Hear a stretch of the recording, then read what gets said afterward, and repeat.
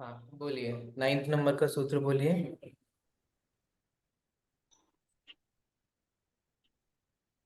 द्विदोष्ट चतुर्भेदः।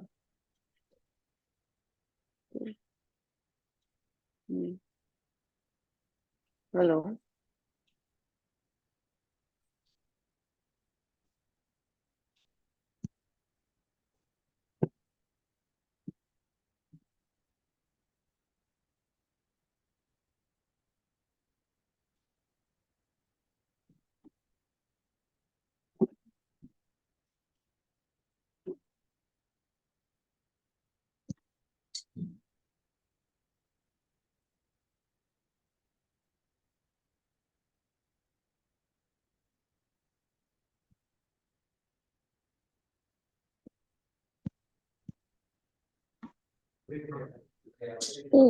सभी को बोलने में आ रहा है।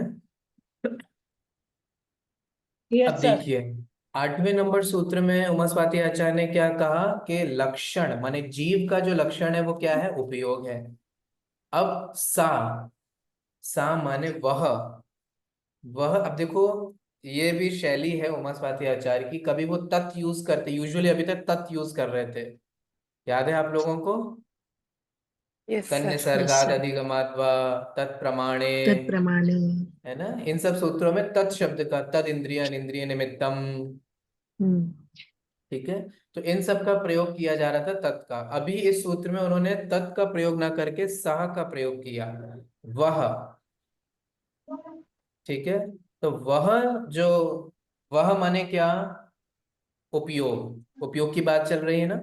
तो वो जो उपयोग है, द्विविधो, द्वि माने बताइए, दो दो। दो, और विधि माने प्रकार। प्रकार। वाह मीनाक्षी जी, आपने कहाँ पढ़ा ये। सर नहीं, बेसिकली मेरा एमए हिंदी लिटरेचर में हुआ है ना, तो मेरे लिए ये कॉमन है सर। हाँ ठीक है, फिर तो ठीक है। बाकी सब बताइए, आप लोगों ने कहाँ पढ़ा है। विधि का मतलब प्रकार होता है। टाइप्स मतलब प्रकार में। है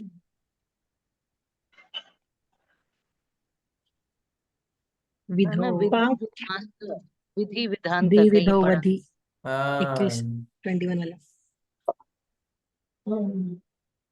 द्विविधो वधि 21 नंबर का सूत्र। हाँ, पहले भी आपने देखा है अवधि ज्ञान के द्विविधोवधि, यस। है ना। और देखो सिमर जी ने बहुत अच्छा सुना, सिमर जी ने क्या बोला था बताइए एक बार, वो सुन नहीं पाए होंगे सब। फिर से बोलिए सिमर जी, किस सूत्र में आपने इससे सिमिलर चीज पढ़ी है। तो वही द्विविधो वधि जहाँ पे मेंशन थी, नहीं, ये उतनी जो याद आ गई बस। हाँ, एक और सूत्र आपने बोला था, नहीं बोला था क्या, अच्छा मुझे लगा होगा कि आपने बोला है ना।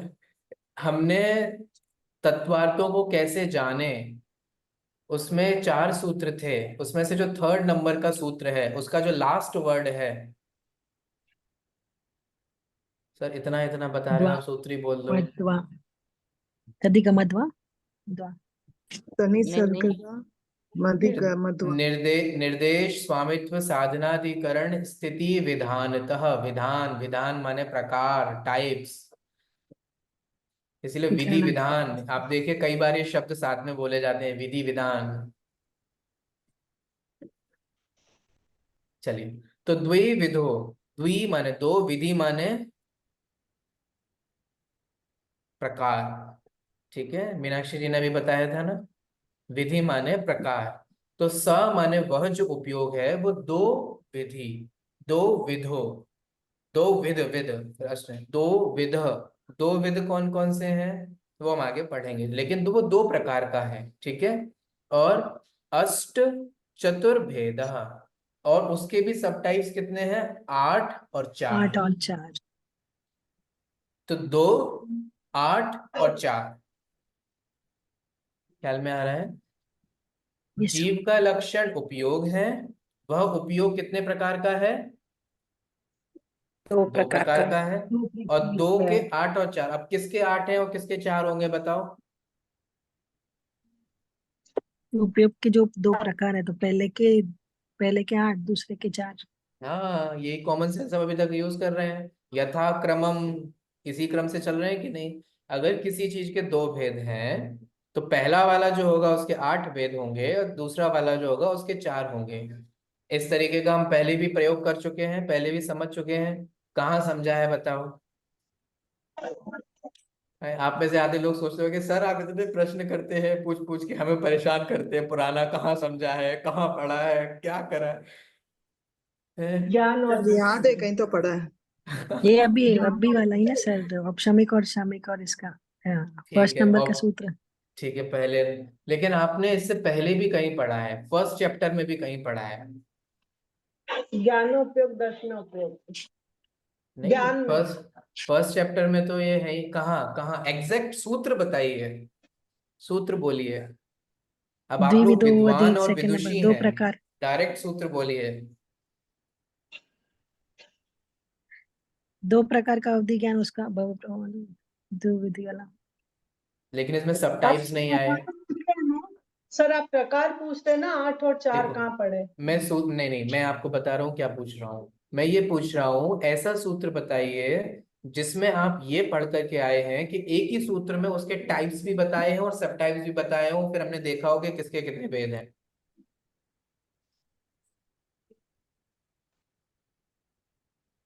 हिंट दे देता सर हूँ, वो ज्ञान से प्रायोग वो ज्ञान से संबंधित मति है ये। ज्ञान, हम्म। मति ज्ञान के 336 भेद। मुक्ति सुप्त संज्ञा। सर सूत्र ज्ञान के सर। हाँ देखो, मीनाक्षी जी ने पकड़ लिया। अब मुझे नहीं पता कि आपने सही आंसर सोच समझ के दिया कि तुक्के में दिया। सही सर है। पेपर वही सामने ओपन हुआ जिसका आंसर देना था सर मुझे। देख लीजिए कहाँ। अब बताओ, उन्होंने आंसर भी बता दिया, अब बताओ उसमें है कि नहीं है ऐसा? सर अंग बाह्य और अंग प्रविष्ट दो है, उसके अलग अलग भेद है। अंग बाह्य के 10 और अंग प्रविष्ट के सॉरी 12 है करके। हम्म। श्रुतम मति पूर्वम, आप लोग सूत्र नहीं बोलते हैं। श्रुतम मति पूर्वम द्वैनेक द्वादश भेदम। याद आया? द्वय, अनेक और द्वादश। उसके पहले दो भेद थे, फिर उसके अनेक और 12। याद है, ये हमने डिस्कस किया था। अब याद आया कि यस नहीं आया? Yes, yes sir, yes sir. इसमें भी देखो वैसे है ना, द्वि विधो अष्ट चतुर, 2 8 4। रिवाइज करते रहिए, प्रैक्टिस करते रहिए, ठीक है।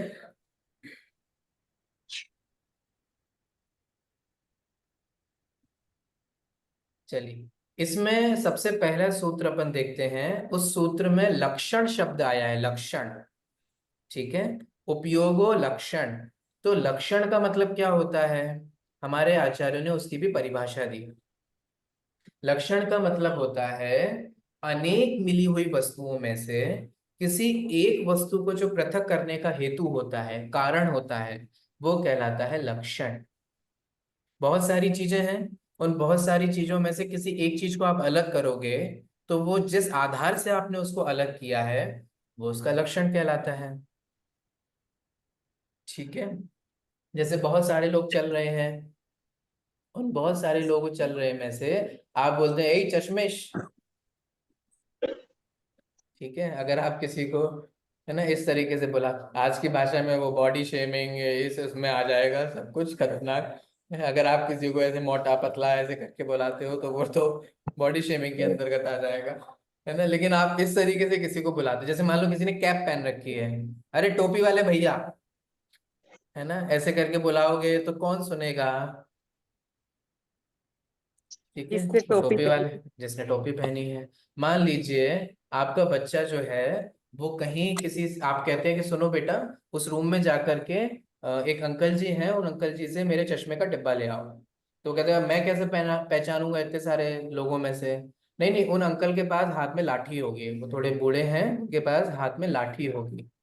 तो अब वो इतने सारे लोगों में से उन अंकल जी को पहचानेगा जिसके पास उसको जाकर के सामान लेना है। तो वो किससे पहचानेगा? जिसके हाथ में लाठी है। जिसके हाथ में लाठी है। आप लोग भोजन बनाते हैं ना, रोज बनाते हैं, ठीक है। जब आप भोजन बनाते होंगे तो भोजन बनाते वक्त सामने बहुत सारी चीजें रखी हैं, वहां नमक भी रखा है, वहां शक्कर भी रखी है, वहां मिर्च मसाले भी रखे हैं। तो जब हमने कहा कि हमें नमक डालना है, तो आप नमक को ही उठाते हो और शक्कर को नहीं उठाते। शक्कर भी पीस करके सफेद हो जाती है और नमक भी पीस करके सफेद हो जाता है। अब मान लीजिए कि आपने किसी से कहा कि सुनो वो शक्कर डाल देना या नमक, अगर आप गुजराती हैं तो कहेंगे दाल में शक्कर डाल दो, है ना। अथवा आप कहेंगे नमक डाल दो, है एग्जाम्पल के लिए। तो आपने कहा कि दाल में नमक डाल दो। अब शक्कर भी पिसी हुई रखी थी, वो भी सफेद थी, तो उसने डाल के शक्कर डाल दी। तो कहा अरे भाई तुमने शक्कर क्यों डाल दी? अरे क्या हो गया, कोई बात नहीं ना, शक्कर भी तो सफेद होती है, नमक भी तो सफेद होता है, दोनों एक जैसे ही हैं। दोनों एक जैसे हैं कि दोनों में अंतर है? अंतर है। अंतर है। नमक का लक्षण सफेद नहीं है, क्योंकि सफेद सफेद तो शक्कर भी होती है। शक्कर का लक्षण सफेद नहीं है, क्योंकि सफेद तो नमक भी होता है। तो क्या है, हम कैसे पहचाने नमक और शक्कर? तो नमक का लक्षण को गुण लक्षण नहीं है, बोला जाएगा ना? उसका नहीं गुण है गुण नहीं, मीठापन। गुण। हम गुण कह देते हैं लेकिन गुण और लक्षण में अंतर होता है। गुण तो बहुत सारे होते हैं लेकिन वो सभी लक्षण नहीं बनते। तो हम कहेंगे कि देखो नमक जो होगा वो खारा होगा, ठीक है। जो खारापन करे वह नमक है, तो खारापन नमक का लक्षण है। ठीक है, जो मीठा करे, है ना, वह क्या है, वो शक्कर है, तो शक्कर का लक्षण वो मीठापन बनेगा। ठीक है, इस तरीके से समझ में आ रहा है। तो जो अनेक मिली हुई वस्तुओं में से जब हम किसी एक वस्तु को अलग करते हैं, तो जो अलग करने का हेतु है वो क्या कहलाता है? वो कहलाता है लक्षण। जब आप लोग अगली साल थर्ड सेमेस्टर में मेरे से जैन लॉजिक पढ़ोगे ना, तब अगर आप लोग रहे, ठीक है, सर रहे काम इसके बहुत सारे मीनिंग है ना। सब चीजें होनी चाहिए, आप रहने चाहिए क्योंकि किसी की आयु का भरोसा नहीं है, मैं रहना चाहिए क्योंकि मेरी आयु का भी भरोसा नहीं है। ख्याल में आया है?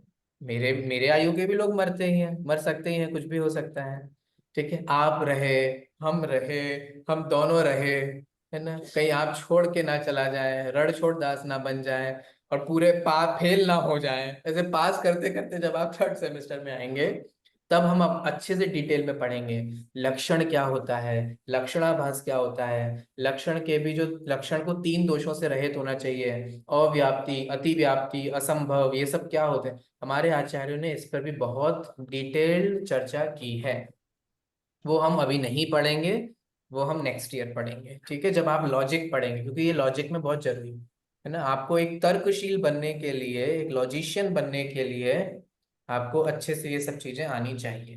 तो लक्षण आपको समझ में आ गया क्या होता है? अगर छह द्रव्य हैं, तो छह द्रव्यों में से अगर आपको जीव को अलग करना है, तो आप किससे करोगे? जीव को आप अलग करोगे उपयोग लक्षण से। ठीक है, समझ में आ रहा है? देखिए, यस सर। तो वो उपयोग क्या होता है, उपयोग को अब समझते हैं, फिर अपन क्लास को खत्म करेंगे। उपयोग का मतलब क्या है, देखिए, चैतन्य अनुविधायी परिणाम उपयोग। चैतन्य अनुविधायी माने जो चैतन्य के साथ संबंध रखने वाले हैं। जो चैतन्य माने चेतनता, चेतनता माने जो चेतता है, जो चेत सकता है। हम और आप चेत सकते हैं ना, इसलिए हम क्या है, हम चेतन है। इसीलिए आचार्य हमें समझाते हैं, हे जीव चेतो, सावधान हो जाओ, जागृत हो जाओ, क्यों अपना संसार बढ़ा रहे हो, क्यों कर्मों का बंधन कर रहे हो। कभी कर्मों को क्यों नहीं समझाते, हे कर्म चेतो, जागो, क्यों जीव को बंध रहे हो, मत बंधो। कर्मों को तो नहीं समझाते। क्यों नहीं समझाते? क्योंकि कर्म में चेतनता नहीं है। तो बेसिक सी बात इतनी सी है, जिसके जिसका चैतन्य के साथ संबंध है वह कहलाता है उपयोग। अथवा दूसरी लैंग्वेज में हम समझें तो, या दूसरी परिभाषा में समझें तो, ज्ञान और दर्शन का जो कार्य है, ठीक है, आत्मा में अनंत गुण है, उन अनंत गुणों में से जो ज्ञान दर्शन काम कर रहे हैं, परिणमन कर रहे हैं, हर समय बदल रहे हैं, चेंज हो रहे हैं कि नहीं हो रहे हैं, बताइए। आपका ज्ञान हर समय बदल रहा है। आपका ज्ञान क्लास शुरू से पहले अलग था, और क्लास अभी जब खत्म होने की ओर आ रही है वो ज्ञान अलग है। हो रहा है कि नहीं हो रहा है? वो ज्ञान भी हर क्षण परिणमन कर रहा है। तत्पर सूत्र के पहले का ज्ञान अलग था, एमए कोर्स से ज्वाइन करने का ज्ञान अलग था, एमए कोर्स को ज्वाइन करने के बाद ज्ञान अलग हुआ। ज्ञान जो है वो हर समय परिवर्तन हो रहा है, हर समय बदल रहा है, चेंज हो रहा है।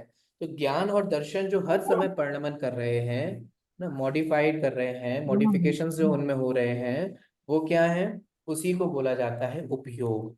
तो जीव का लक्षण जो है वो क्या बताया उमा स्वाति आचार्य ने? उपयोग बताया है। ठीक है, देखिए इससे आपको थोड़ा और अच्छे से समझ में आ जाएगा। चेतन, चैतन्य और उपयोग। चेतन किसे बोलते हैं? चेतन का मतलब होता है जीव द्रव्य। उस जीव द्रव्य का जो गुण है वो क्या कहलाता है? चैतन्य। चैतन्य है गुण, द्रव्य गुण पर्याय, तीन चीजें होती हैं। इसको भी हम डिटेल में आगे 5th चैप्टर में पढ़ेंगे। द्रव्य क्या होता है, गुण क्या होता है, पर्याय क्या होता है ना, we will discuss in 5th chapter. तो जीव है द्रव्य, सब्सटेंस। चैतन्य है गुण, उसके एट्रीब्यूट्स, क्वालिटीज। और उपयोग है उसकी पर्याय, उसकी मॉडिफिकेशंस, उसके मोड्स। ठीक है, तो जीव द्रव्य है, चैतन्य उसका गुण है। चेतन माने द्रव्य है, चैतन्य उसका गुण है, और उपयोग उसकी क्या है? पर्याय है। ख्याल में आ रहा है? इसीलिए जीव का लक्षण यहाँ उमा स्वाति आचार्य ने क्या बताया? उपयोग। उपयोग। ठीक है, अब यहाँ पर आगे चर्चा आने वाली है उपयोग के भेदों की। तो उपयोग के कितने भेद हैं? 2 भेद हैं। फिर उन 2 के कितने भेद हैं? 8 और 4। ठीक है, अब उनके 2 भेद कौन कौन से हैं, फिर उनके 8 और 4 भेद कौन कौन से हैं, वो सारी चर्चा आएगी। अभी अपना समय हो गया है, वो अपन कल पढ़ लेंगे। ठीक है, तो हमारा ये जो सूत्र है वो कंटिन्यू रहेगा। बाकी का सूत्र जो है वो हम कल की क्लास में पढ़ेंगे। ठीक है, ओके सर। हाँ, अभी आप लोगों को कोई डाउट हो, कुछ पूछना हो, कुछ समझ में नहीं आया हो तो पूछ लीजिए। सर ये तो सब समझ में आया, बट एक डाउट इसके अलावा था। आपने एक स्टेटमेंट दिया था अभी, सेंटेंस बोला था कि हम्म। अभव्य जीव कभी मोक्ष नहीं जाएंगे या निर्वाण नहीं होंगे, तो that's their bad luck, they're अभव्य always, past present future. What is bad luck? तो हाउ दे बिकेम अभव्य? कोई अपने आप से अभव्य तो नहीं बनता होगा ना? अपने आप से बनता है कि नहीं, पहले ये बताइए, भव्य और अभव्य भेद किसका है? अभी किस तो आपने भाव का है? सिखाया। पारिणामिक भाव में बता। पारिणामिक भाव का है। पारिणामिक का मतलब क्या है? कि जिसका परिणाम का। किसी भी कर्म से कोई कर्म संबंध नहीं है। कोई बैड संबंध नहीं। लक, लक और लक, लक का संबंध तो कर्मों से है, गुड लक और बैड लक, साता और असाता। Correct, okay. ठीक है, तो आप भव्य हैं कि अभव्य हैं, ये आप किसी कर्म के कारण नहीं है। ये क्या है? ये वो इनहेरेंट चीज है जो किसी भी कर्म के कारण नहीं होती है, और ये बाई नेचर होती है, ये स्वभाव है। अगर कोई भव्य है तो ये उसका नेचर है, अगर कोई अभव्य है तो ये उसका नेचर है। और हमारे यहाँ माने सभी दार्शनिक जब आपस में ये डिस्कस करते हैं तो कहते हैं स्वभाव अतर्क गोचरः, कि भैया स्वभाव में तर्क नहीं चलता, कि ऐसा ही क्यों, कि भैया शक्कर मीठी क्यों है, कांट से क्यों है, आग अग्नि का काम जलाने का क्यों है, भैया उसका काम वही है, उसका स्वभाव है। शक्कर का स्वभाव मीठा है, नमक का स्वभाव खारापन है, जीव का स्वभाव चेतनता है, जीव चेतता ही क्यों है, पुद्गल में ऐसा क्यों नहीं है। तो इस तरीके के जो भव्य है वो भव्य क्यों है, जो अभव्य है वो अभव्य क्यों है, ये उसका स्वभाव है। तो तो स्वभाव अगर में तर्क अभव्य नहीं भव्य होता। बनना चाहता तो, अभव्य भव्य नहीं हो बनना अगर सकता, चाहे तो वो चाहते ही नहीं हो नहीं है। सकता, नहीं हो सकता, बन नहीं सकता। चाहते अगर नहीं चाहे है। तो भी नहीं।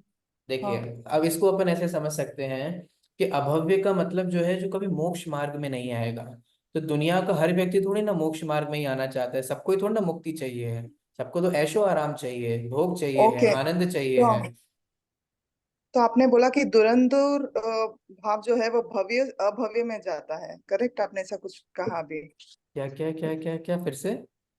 जो भव्य के 3 प्रकार बोले आपने, निकट, दूर और दुरंधुर, दुरांदोर। उसको अभव्य भी कहा जाता है। लास्ट वाले को हाँ लास्ट वाला मतलब क्या, उसके अंदर एबिलिटी है ना, उसके हाँ अंदर ability है। पोटेंशियल है, लेकिन फिर भी वो अपने पोटेंशियल को कभी व्यक्त नहीं करेगा। अपने दुनिया में भी ये तो है ना, आपके अंदर भी तो कितने टैलेंट हैं, छुपाए रखते हैं हम, कभी यूज ही नहीं करते हैं, तो बर्बाद ही जाएगा, है ना। किसी के अंदर बहुत अच्छी योग्यता है याद करने की, शैवक्षम बहुत अच्छा है, लेकिन फिर भी हम अपने शैवक्षम को धर्म की बातों को याद करने में नहीं लगाते। तो potentiality is a different thing, और उस पोटेंशियलिटी को एक्चुअलिटी में लाना ये अलग चीज है। पोटेंशियल है लेकिन उसका वो पोटेंशियल कभी एक्चुअल नहीं बनेगा। That is called in this category दूरांतूर भव्य। तो दुरांधर पोटेंशियल भव्य। की तो हम पोटेंशियल नहीं है, आई थॉट क्या? पोटेंशियल नहीं है, वो हो नहीं गए अभव्य। नहीं, अभव्य की बात नहीं चल रही है अभी, भव्य की बात भव्य के जो थर्ड कैटेगरी है उसकी बात चल रही है। सर, तो अभी हम कौन से कैटेगरी में हैं? अगर मैं दुरंधर भाव की भव्य कैटेगरी में आती हूँ तो फिर मैं अभव्य ऐसा हुई या भव्य हुई? ऐसा कोई लक्षण हमें नहीं मिलता है जो हमें ये डिस्क्रिमिनेट कर पाए कि कौन भव्य है, कौन दूरांतूर भव्य है, कौन कौन क्या है, ये है।